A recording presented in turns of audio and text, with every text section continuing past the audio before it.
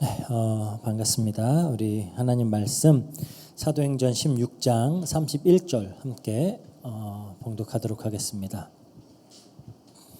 사도행전 16장 31절 한 절이니까 우리 다 같이 큰 소리로 읽어보도록 하겠습니다. 다 같이 읽겠습니다. 이르되 주 예수를 믿으라. 그리하면 너와 내 집이 구원을 받으리라 하고. 아멘. 네, 우리 2025년도 이제 첫 예배를 함께 드리고 있습니다. 2025년도의 새해 말씀을 어떤 내용으로 전할지 이렇게 고민하면서 기도를 많이 했어요. 우리 교회는 매주 성경 강해와 또 교리 공부를 하기 때문에 새해 말씀은 조금 더 좀 실천적인 내용을 담고 있었으면 좋겠다라는 생각을 했습니다. 우리 2024년도에는 경건 훈련을 통해 예수님을 닮아가는 한 해라는 제목으로 말씀을 나누었죠. 그리고 이제 매주 금요 기도회 시간에 어떻게 이것을 실천해 나갈 수 있을지 좀 더 구체적인 내용들을 다루었어요. 1년을 이제 시도해 본 결과 좀 어떤가요? 작년보다는 조금 더 어떤 경건함에 이르렀는지 궁금합니다. 예수님이라는 우리의 최종 목적, 우리는 예수 그리스도에게까지 자라나고자 하는데 그 최종 목표에 조금은 더 가까워졌는지 이제 우리가 점검을 해봐야 되겠죠. 물론 이거는 그 한 해가 아니라 우리가 이 땅에 살아가는 모든 날들 동안 실천해야 하는 그런 내용입니다. 그래서 우리 개인의 경건, 어떤 교회 공동체의 경건은 성경에 명확하게 계시되어져 있는 하나님 뜻이에요. 하지만 또 성도를 향한 하나님의 뜻은 거기에서 멈추지 않습니다. 하나님은 그 하나님의 나라, 즉 하나님의 통치의 영역이 땅 끝까지 모든 민족들에게 확장되어져 가기를 원하세요. 이 역시 성경에 계시된 하나님의 뜻입니다. 그냥 성도들만, 교인들만 거룩하고 흠없이 잘 살다가 천국 가는 게 아니라 이 천국 복음을 땅 끝까지 증거하고 모든 민족으로 제자를 삼아라 라고 명하세요. 그렇다면 우리 로고스 교회 역시, 우리 로고스 교회 모든 성도님들 역시 우리 안에 임한 하나님 나라가 여기서 끝나는 게 아니라 확장되어 나가야 된다는 겁니다. 우리와 가장 가까운 가족들에게, 우리 이웃과 친구들에게, 주변 동료들에게 퍼져 나가야 하는 거예요. 그래서 2025년도 한 해는 우리가 이 부분에서 좀 함께 기도를 하면서 도전도 해보고 또 실천도 해보았으면 합니다. 먼저는 우리 가장 가까운 사람들부터. 그래서 우리 2025년도는 우리의 가족을 그리스도에게로 인도하는 한 해가 되었으면 해요. 우리 교회만 해도 가족 중에 유일하게 신앙생활을 하고 있는 성도님들이 꽤 되십니다. 그리고 아직 직계가족들이 모두, 몇 명은 하지만 또 모두 신앙생활하지 않고 있는 그런 성도들이 아마 대부분일 거예요. 그래서 가족을 위해 간절하게 기도하고 있는 그런 또 성도님들이 많이 계신 것으로 제가 알고 있습니다. 감사하게도 저와 저의 직계 가족은 다 신앙생활을 하고 있지만 여전히 저희 친척들 중에는 아직도 신앙생활하지 않고 계시는 분들이 많이 계세요. 특히 필리핀은 굉장히 가족 중심적인 사회입니다. 카톨릭 국가이기 때문에 가족 구성원의 대부분은 아마도 카톨릭 신앙을 가지고 있겠죠. 필리핀 사람들인 경우에 그런 상황 속에서 혼자 혹은 뭐 가족의 한두 명만 다른 신앙을 가진다라는 게 어려울 수 있어요. 특히 이 종교 행사는 가족이 함께 해야 한다라는 인식이 굉장히 강해요. 필리핀에서. 그래서 이게 선교사인 저에게는 굉장히 안타까운 일이죠. 그러니까 정말 오랫동안 기도하고 바라고 있는 게 있는데 그런 홀리 위크라든지 크리스마스 당일이라든지 새해 당일에 우리 로고스 교회 성도들이 가족들이 함께 모여서 교회에서 예배하는 것을 굉장히 기도하고 있어요. 그렇게 할 수 없는 건 대부분 그 날은 가족들하고 시간을 보내야 돼요. 안 그러면 가족들이 굉장히 기분 나빠요. 필리핀에서는. 그러다 보니까 근데 이제 우리가 이런 주요 휴일날 이렇게 뭐 운전하면서 다니거나 그런 카톨릭 교회에 가보면은 그 교회에 가득 차 있어요. 사람들이 가득 차서 가족들이 모여서 미사를 이렇게 지내는 모습들을 볼 수가 있습니다. 왜? 가족들이 다 함께 가야 되기 때문이에요. 가족 행사라서. 이런 이유 때문에 우리가 함께 이런 크리스마스 당일날 크리스마스 예배를 혹은 새해 당일 1월 1일 날 이렇게 새해 예배를 함께 드릴 수 없는 그런 상황들이 좀 마음이 아프죠. 왜냐하면 또 사실 필리핀에선 주일도 그런 가족들이 함께 교회 가서 미사 드리고 그리고 이제 가족끼리 시간을 갖는 그런 날로 대부분의 가정들에는 그렇게 인식이 되고 있어요. 그러니까 이렇게 가족들과 함께 신앙생활 할 수 없는 우리 로고스 교회 그런 성도들을 보고 있자면 참 안타까울 때가 많이 있죠. 그래서 우리가 2025년도에는 좀 우리 로고스 교회가 함께 가족들을 위해서 기도하면서 좀 사실적으로 가족 복음화에 좀 도전을 해보는 한 해가 되면 어떨까 그런 기도를 해봅니다. 그래서 오늘은 그럼 우리가 사실적으로 어떠한 실천들을 해 나갈 수 있을지 좀 성경을 근거로 말씀을 나눠보려고 해요. 오늘 읽어봤던 본문은 그 바울 사도와 이제 실라가 빌립보 감옥에 갇혔을 때 있었던 그 사건을 배경으로 하고 있습니다. 빌립보에서 귀신 들린 여종을 구해줬어요. 근데 그것 때문에 이제 그 귀신 들린 여종으로 인해서 돈을 벌던 사람들이 너무 화가 나가지고 바울을 감옥에 갇히게 했죠. 그런데 밤중에 하나님께서 이렇게 지진을 일으켜서 그 옥문이 다 열려버렸습니다. 그런데 바울과 실라는 도망가지 않고 그 지진이 났던 그 자리에 가만히 남아있던 거예요. 이 사건으로 인해서 그 간수가 복음을 받게 되었고 자기 가정으로 이렇게 바울과 실라를 초청하고 이 일을 통해 간수의 가족 모두가 다 세례를 받는 그런 이제 일이 있었죠. 그러니까 간수 한 명을 통해 온 가족이 복음을 듣고 하나님 자녀가 됐던 그런 이제 성경에 나타난 그런 하나의 사건입니다. 하나님의 구원의 역사가 가족 안에서 어떻게 일어나는지를 보여주는 하나의 예다라고 할 수가 있죠. 물론 반드시 이렇게만 된다라는 규칙은 아닙니다. 왜냐하면 구원은 매우 개인적인 일이에요. 내가 구원받았다고 해서 자동적으로 내 가족들이 다 구원받는 건 아닙니다. 제가 목사이지만 제 세 딸들이 내가 목사이기 때문에 다 구원받는 게 아니라 각자의 믿음 때문에 구원을 받아요. 하지만 하나님께서 구원의 역사를 이루어 나가실 때 한 사람을 구원하고 그 사람을 통해 그 가족을 구원해 나가는 방법으로 종종 역사하는 것을 우리는 성경을 통해 확인을 할 수가 있습니다. 하나님께서 그 세상을 물로 심판하기로 작정하셨을 때 노아를 불러서 방주를 지어라 명령하셨죠. 그리고 이제 노아는 그 홍수로부터 구원을 받습니다. 근데 노아뿐만 아니라 노아의 아들들과 아내와 그 며느리들까지 다 구원을 받았던 사실을 우리는 잘 알고 있죠. 이런 예는 성경에 종종 등장합니다. 하나님께서 아브라함을 부르시고 그를 통해 이제 모든 민족이 복을 받게 할 것이다라고 약속을 하셨죠.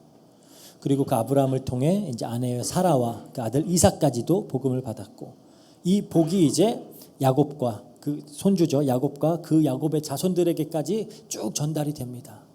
그렇게 아브라함의 가족들은 아브라함을 통해서 하나님을 믿고 신뢰하면서 믿음 안에 산다라는 게 어떤 것인지를 직접 봤어요. 그리고 그들 역시 같은 믿음을 갖고 그 믿음 안에 거하면서 이제 우리의 믿음의 조상들이 되었던 거죠. 예를 들어서 여호수아가 여리고의 정탐꾼을 보냈을 때 그 정탐꾼들을 숨겨주었던 라합의 얘기도 마찬가지입니다. 라합을 통해 그녀뿐 아니라 그 가족이 다 구원을 받고 여리고에 임한 그 하나님의 심판을 면할 수가 있었어요. 신약에도 좋은 예들이 있죠. 바울의 최고 애제자 디모데는 바울을 만나서 예수님 믿은 거 아니에요. 성경에 의하면 그의 가족들로부터 복음을 받고 예수 그리스도의 제자가 되었다라고 알 수 있습니다. 우리 디모데후서 1장 5절 한번 볼게요. 보니까 이는 내 속에 거짓이 없는 믿음이 있음을 생각함이라. 이 믿음은 먼저 내 외조모 로이스와 내 어머니 유니게 속에 있더니 내 속에도 있는 줄을 확신하노라. 이렇게 디모데 역시 외할머니와 어머니의 그 거짓 없는 믿음을 보고 자라면서 같은 믿음을 가지게 되었던 사람이에요. 그리고 이제 뭐 베드로를 통해서 복음을 받게 된 그 백부장 고넬료 마찬가지죠. 거기는 이제 친구들과 친척들 다 모아서 함께 복음을 듣고 성령을 받았다라는 그 기록이 또 사도행전에 등장을 합니다. 이러한 예들은 어떻게 하나님께서 가족 구성원 중 한 명을 구원함으로 이 은혜의 구원을 한 가정 전체로 확장해 나가는지를 보여주는 그런 좀 강력한 증거들이다라고 우리가 볼 수가 있죠.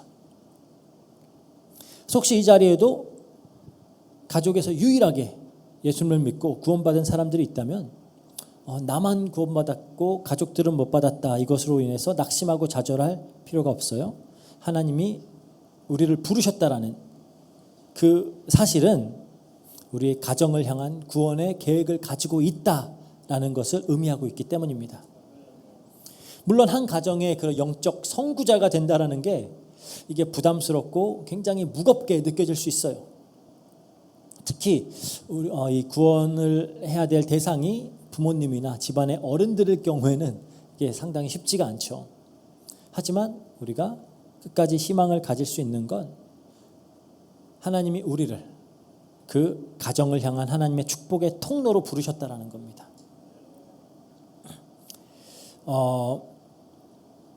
그러니까 우리를 통해 그 가정에 예수 그리스도의 복음의 빛을 비출 수 있게 되는 거예요. 필리핀에는 이 OFW들, 그러니까 외국인 노동자들이 굉장히 많죠. 한 가족을 대표해서 해외에 나가서 그 가족 전체의 생계를 책임지기 위해 자신을 희생하면서 그렇게 어떻게 보면 가족을 돌보는 훌륭한 사람들이죠. 그래서 필리핀에서는 그 OFW들을 보고 국가의 영웅이다 그래요. 국가의 영웅이다. 이 땅에서의 생계도 이렇게 중요해서, 그렇죠? 이렇게 열심히 가족들을 돌보기 위해서 하는데 이 영생은 이에 비할 바가 안 되죠. 그래서 우리가 그 가정의 영적 선구자로 설 때 우리 사랑하는 가족이 영생을 받게 되는 겁니다. 그래서 우리가 힘을 내야 돼요. 물론 이게 가족 구성원들이 모두 다 구원을 받는다라는 보장은 아닙니다. 하지만 적어도 구원의 역사가 그 가정에 시작되었다라는 의미는 갖고 있어요. 이건 굉장히 복된 일입니다. 이렇게 하나님은 한 개인을 통해서 한 가정까지 이렇게 구원해 나가시고 이렇게 확장돼 나가요. 그러니까 우리가 그럼 이 원리를 알았다면 하나님이 한 개인을 부르셔서 가족과 또 그 이웃들을 구원해 나가시는구나, 이 원리를 알았다면 우리는 무엇을 실천해 나갈 수 있을까요? 그래서 우리가 좀 더 실천적인 부분들, 이거는 2025년도 내내 우리가 실천해야 될 부분이기 때문에 그 내용들을 좀 다뤄보도록 하겠습니다. 가장 먼저 제일 중요한 건 우리가 가족을 위해 기도하는 거예요. 기도. 하나님의 구원의 은혜가 가정에 임하기를 정말 마음으로 바란다면 우리는 이 소원을 품고 하나님께 간절히 그리고 꾸준히 기도를 구해야 됩니다. 우리가 기도하는 이유가 뭐예요? 영혼 구원은 우리의 지혜나 능력으로 할 수 있는 일이 아니기 때문이에요. 우리 능력으로 할 수 있으면 기도 안 해도 돼요. 하지만 영혼 구원은 그렇게 되는 게 아닙니다. 구원은 전적으로 하나님의 손에 달려 있어요. 하나님만 그 사람의 마음을 그리고 그 어떤 영혼을 변화시킬 수 있어요. 그러니까 기도는 우리가 할 수 없기 때문에, 우리 능력으로는 안 되기 때문에 하나님께 맡기는 믿음의 행위죠. 그래서 우리가 기도를 통해 이제 가족과 또 모든 인류를 구원하고자 하는 그 하나님의 뜻에 우리를 일치시키는 거예요. 그리고 하나님이 역사하시기를 구하고 동시에 하나님께 쓰임 받기를 구하는 게 기도입니다. 그래서 성령님께서 역사하셔서 그 어떻게 완악하고 돌같이 굳은 그런 마음이 부드러워지기를 기도하는 거예요. 우리 가족들 중에 좀 그런 사람들 진짜 있잖아요. 그러니까 이 얘기만 꺼내도 듣기 싫어하고 막 알레르기 반응 일으키는, 마음이 굳어져서 그래요. 하나님만 부드럽게 만들 수 있습니다. 그래서 우리가 기도로 구하는 거예요. 그 굳게 닫혀있던 귀가 열려서 하나님 말씀이 들릴 수 있도록 기도로 구하는 겁니다. 그리고 그 말씀이 역사하여서 마음의 문도 열릴 수 있도록 우리가 기도로 구하는 거예요. 또 뭐 이제 그런 환경적인 요인들이나 세상의 유혹들이 예수를 믿고 구원받는 이 일을 방해하지 못하도록 우리가 기도로 구하는 겁니다. 그런 어떤 외부적인 요인들보다도, 그런 유혹들보다도 하나님의 부르심이 더욱 강력하게 역사해서 정말 효력을 가지도록, 우리가 그래서 효과적 부르심이다 그러잖아요. 그 효력을 가지도록 기도하는 거예요. 하나님이 효과적으로 부르시도록 우리 가족들을. 예수님은 이웃을 내 몸과 같이 사랑하라라고 명하셨죠. 유대인의 개념으로 봤을 때 이웃은 이게 친밀의 정도를 따라서 이렇게 몇 단계로 구분이 되어져요. 그러니까 이웃이라고 해서 그냥 가족이 아니라 다른 사람들을 얘기하는 게 아니라 이웃의 가장 최측근의 이웃은 가족입니다. 그러니까 이웃을 사랑하라는 말은 가족을 사랑하라는 말도 포함이 되어 있는 말이에요. 가장 가까운 이웃은 가족이고 그 가족을 사랑하라라고 명했어요. 그리고 가족을 위해서 기도하는 일은 이 사랑을 실천하는 행위입니다. 그래서 가족을 위해서 우리가 중보할 때 하나님이 그것을 귀하게 여기시죠. 물론 우리 기도가 즉각적으로 이렇게 응답이 되지 않을 수도 있어요. 하지만 즉각적인 응답이 없다라고 해서 그 기도가 헛된 것은 결코 아닙니다. 이제 마치 이렇게 기도는 이렇게 씨앗을 심는 것 같아요. 씨앗을 심고 식물이 자랄 수 있도록 어떤 그 환경을 만들기 위해 땅을 부드럽게 만드는 역할, 이게 기도가 그것을 물론 하나님이 하시는 일이지만 기도로 하나님이 그 일을 하실 수 있도록 구하는, 그게 이제 기도다라고 우리가 볼 수 있죠. 그리고 이런 기도가 충분히 쌓이면 하나님이 어느 적절한 순간에 복음이 들릴 수 있도록 우리 가족의 귀를 열어주실 것이죠. 복음을 받아들일 수 있도록 그 마음을 준비시켜서 마음을 열어주시는 겁니다.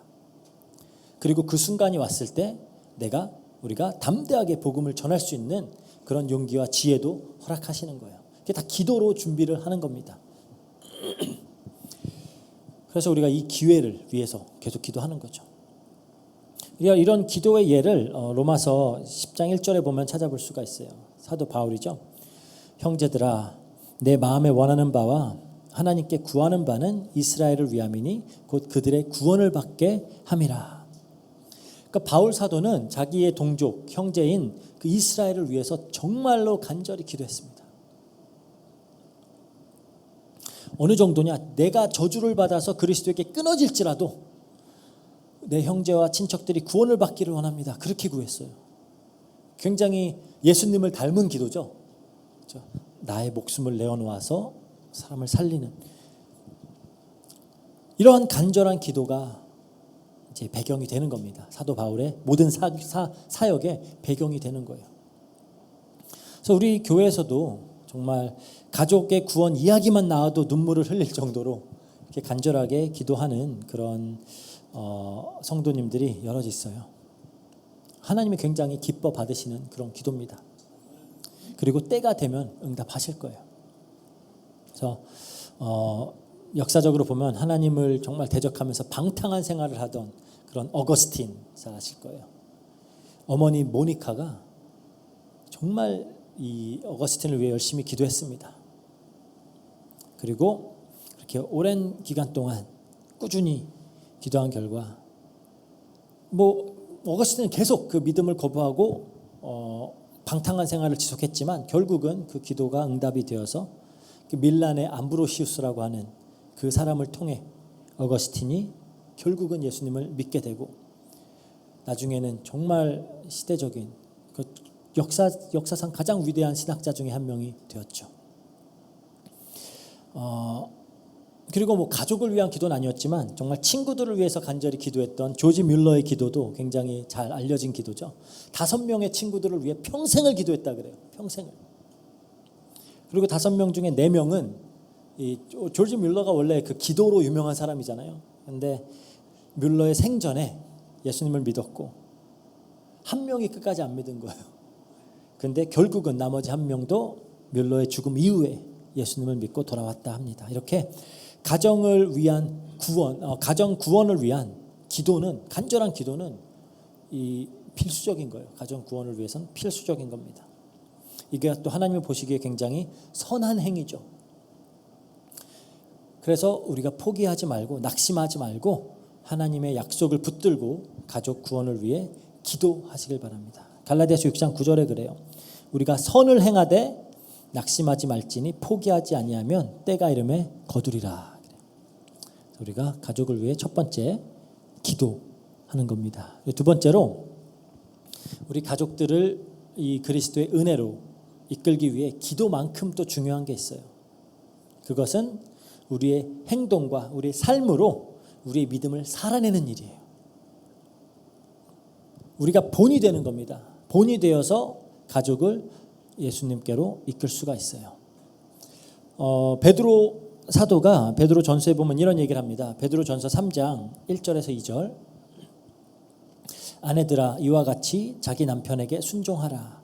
이는 혹 말씀을 순종하지 않는 자라도 말로 말미암지 않고 그 아내의 행실로 말미암아 구원을 받게 하려 함이니 너희의 두려워하며 정결한 행실을 봄이라. 그래요.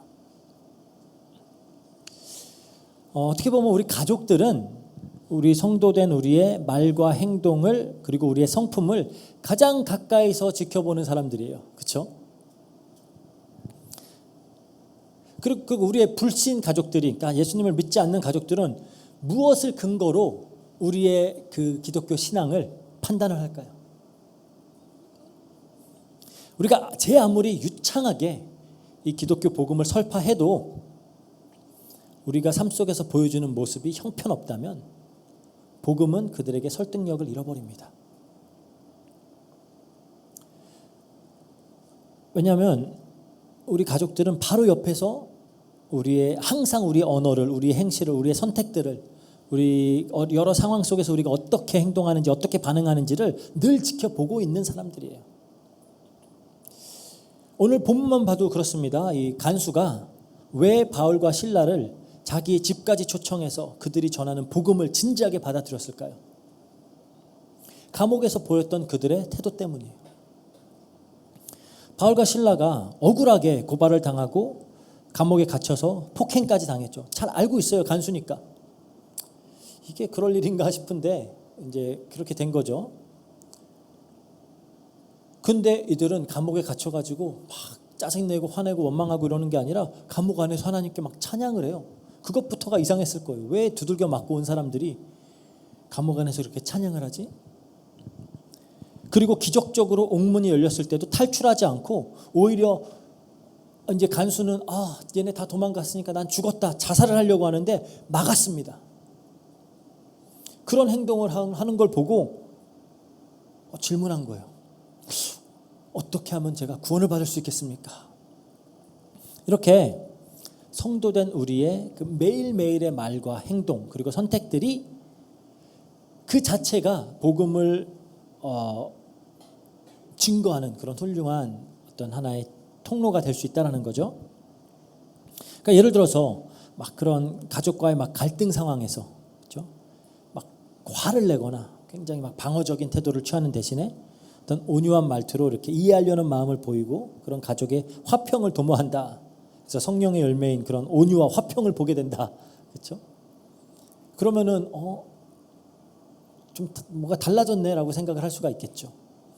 혹은 그런 경제적인 어려움이나 건강 문제나 위기 상황에 처했을 때 막 절망하거나 포기하거나 막 낙심하지 않고 하나님께 기도하면서 하나님을 신뢰하는 그런 모습들을 본다면은 적어도 우리 얘한테는 하나님은 계신 것 같네. 그렇게 생각을 할 거예요. 그렇죠?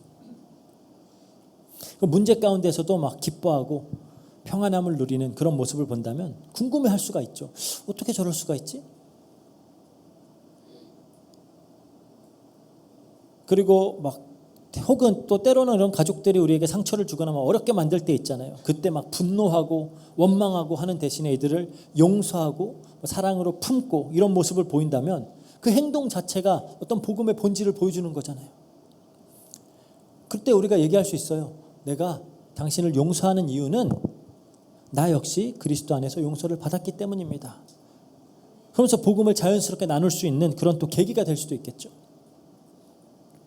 또 우리 가족 구성원들이 도움을 필요로 할 때 기꺼이 도움을 주고 어려움에 처했을 때 섬기는 그런 모습을 우리가 보인다면, 그런 예수님의 자기 희생적인 그런 사랑의 본보기를 우리가 우리의 삶으로 보인다면, 이건 굉장히 우리가 입으로 내뱉는 어떤 말보다 강한 그런 증거가 될 수가 있다라는 겁니다. 그리고 또 주일날 우리가 어떤 예배를 우선순위로 두고 늘 기도하고 말씀을 묵상하는 그런 모습을 꾸준하게 가족들에게 보인다면, 적어도 어떤 신앙인의 삶에 있어서 정말 무엇이 가치 있는 것인지 그런 것들을 보게 되겠죠. 적어도 이 사람에게는 무엇이 우선순위구나, 무엇이 가치가 있구나, 이런 모습들을 우리가 진실되게 그리고 꾸준하게 보일 수 있다면 분명 가족들은 마음을 열거나, 그렇지 않더라도 적어도 기독교 복음에 대해 다시 생각해 볼 수 있는 그런 근거는 될 겁니다. 그렇죠? 뭐가 있기는 있네. 우리가 연약하여서 늘 넘어지는 그런 문제에 있어서 우리가 절제하는 모습, 이런 것도, 절제를 실천하는 모습, 이런 것도 마찬가지죠. 물론 우리가 늘 완벽해야 된다는 얘기가 아니에요. 물론 그럴 수도 없고요. 하지만 또 우리가 우리의 연약함과 실수도 겸손히 인정하고 또 믿음 안에서 잘 대처하는 그런 모습들을 보여준다면 하나님의 은혜를 드러내고 이 복음을 나눌 수 있는 그런 좋은 계기들이 생길 수가 있습니다. 예수님은 이렇게 말씀하셨어요. 마태복음 5장 16절에 이같이 너희 빛이 사람 앞에 비치게 하여 그들로 너희 착한 행실을 보고 하늘에 계신 너희 아버지께 영광을 돌리게 하라. 그러니까 이렇게 말로만 전한다고 되는 게 아니에요. 하지만 마지막으로 가족을 영생으로 인도하기 위해 실천할 수 있는 부분은 실제로 복음을 선포하는 일입니다. 선포하는 거 굉장히 중요해요. 가족을 위해서 우리가 기도하는 일, 그리고 행동으로 믿음을 보여주는 일도 중요하죠. 그걸 통해서 가족들이 감동을 받을 수는 있지만 결국 구원을 얻기 위해서는 예수 그리스도의 복음을 들어야 돼요. 그리고 믿어야 합니다. 로마서 10장 3절에서 4절 이렇게 얘기하고 있어요. 누구든지 주의 이름을 부르는 자는 구원을 받으리라. 그런즉 그들이 믿지 아니하는 일을 어찌 부르리요? 듣지도 못한 일을 어찌 믿으리요? 전파하는 자가 없이 어찌 들으리요? 즉 우리 사랑하는 가족들이 예수님을 믿고 구원 얻기 위해서는 천국 복음을 들어야 해요. 들어야 합니다.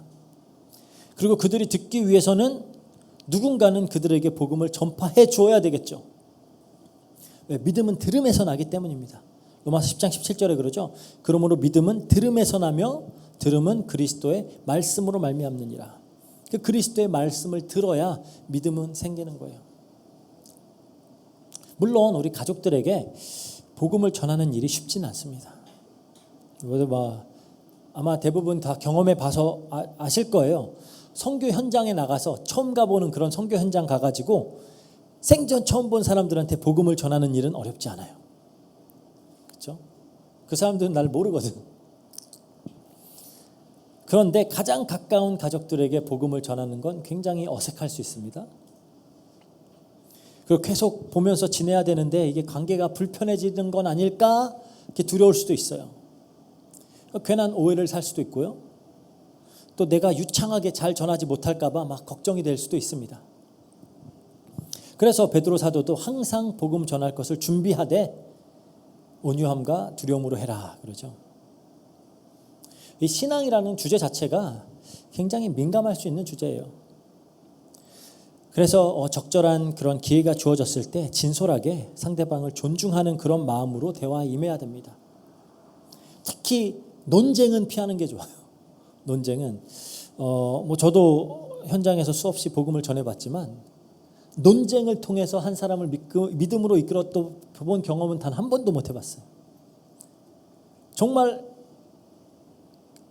모든 그런 질문들에 다 답을 하고 그런 입을 딱 막아버릴 정도로 명확한 그런 논리를 제시를 해도 그거 가지고 복음을 받아들이진 않더라고요.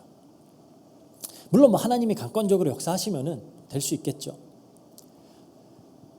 그래서 우리가 기억해야 될 게 복음을 전하기 위해서 우리가 무슨 성경 박사나 막 신학 전문가가 돼야 될 필요는 없습니다.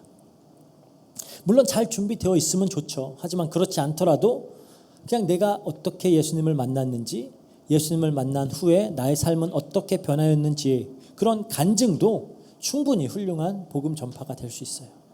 오히려 더 효과가 있을 수 있습니다. 특히 그것을 진짜로 가족들이 살면서 봤다면. 그리고 복음을 전할 때 이 복음의 핵심을 바르게 전하는 일도 굉장히 중요해요. 그냥 듣기에만 좋은 막 사탕 발린 복음, 그건 오히려 잘못된 신앙으로 이끌 수 있습니다. 그러니까 복음을 선포하기 위해선 반드시 인간의 죄에 대한 내용이 포함이 되어 있어야 돼요. 그러니까 인간 문제가 아니라 그냥 단순히 이런 문제 있지 저런 문제 있지 그게 아니라 죄에 대한 확실한 그 선포가 있어야 되겠죠. 예수 믿으면 그냥 문제 다 없어져, 이건 복음이 아니에요. 성경은 그걸 얘기하고 있지 않아요. 그리고 또 하나님은 공의의 하나님이시기 때문에 죄인은 결코 하나님에게 나갈 수 없고 반드시 죄에 대한 형벌인 영원한 사망에 처하게 된다. 이게 듣기 불편한 얘기일 수 있지만 영적 사실이에요. 이걸 우리는 담대하게 선포할 수 있어야 됩니다. 그래서 반드시 죄에 대한 회개가 있어야 해요. 그리고 죄에 있어서는, 그러니까 회개가 그냥 내가 단순히 잘못했어요 하는 게 아니라 죄에 있어서는 나는 철저하게 무능하다, 내가 할 수 있는 건 단 하나도 없다라는 그 자각이 있어야 되는 겁니다. 하지만 사랑의 하나님은 우리 죄를 대속하시기 위해, 우리 죄를 대신하시기 위해 예수 그리스도를 보내셨고, 그분이 우리의 죄를 대신하여 십자가에 죽으시고 부활하셔서 그 믿는 모든 이들을 죄로부터 자유롭게 했다. 이제 하나님의 백성이라는 새로운 신분을 주셨다. 복음의 핵심입니다. 그분을 믿고 그분이 하신 일을 믿고 우리의 삶을 그분께 맡기고 그분을 우리의 주인으로 모실 때 우리는 하나님의 백성으로서 살아갈 수 있다. 복음의 핵심이에요. 그래서 우리가 이 복음의 핵심을 어떻게 하면은 더 효과적으로 가족들에게 잘 전할 수 있을지 늘 머릿속으로 생각하고 또 마음으로 준비하는 것도 굉장히 중요한 일입니다. 그래서 기회가 주어졌을 때 담대하게 선포할 수 있어야 돼요. 결과는 주님께 맡기는 겁니다. 우리 역할은 그냥 복음을 전달하는 거기까지예요. 그냥 씨를 심는 것까지가 우리 일이고 자라게 하시는 이는 하나님이십니다. 우리가 원하는 결과가 즉각적으로 나타나지 않아도 낙심할 필요가 없어요. 하나님은 하나님의 때에 가장 정확한 방법으로 당신의 백성들을 부르십니다. 우리는 도구적인 역할을 하는 거예요. 물론 간절히 기도하면서 우리가 계속 기회가 될 때 복음을 전하고 삶으로 증거하는 거 중요하죠.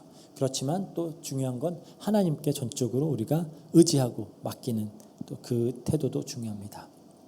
이렇게 2025년도 한 해는 우리 사랑하는 가족들을 영생으로 이 그리스도의 복음으로 이끄는 일에 우리 모두가 개개인이 정말 하나님께 귀하게 쓰임 받는 그런 한 해가 되길 바라요.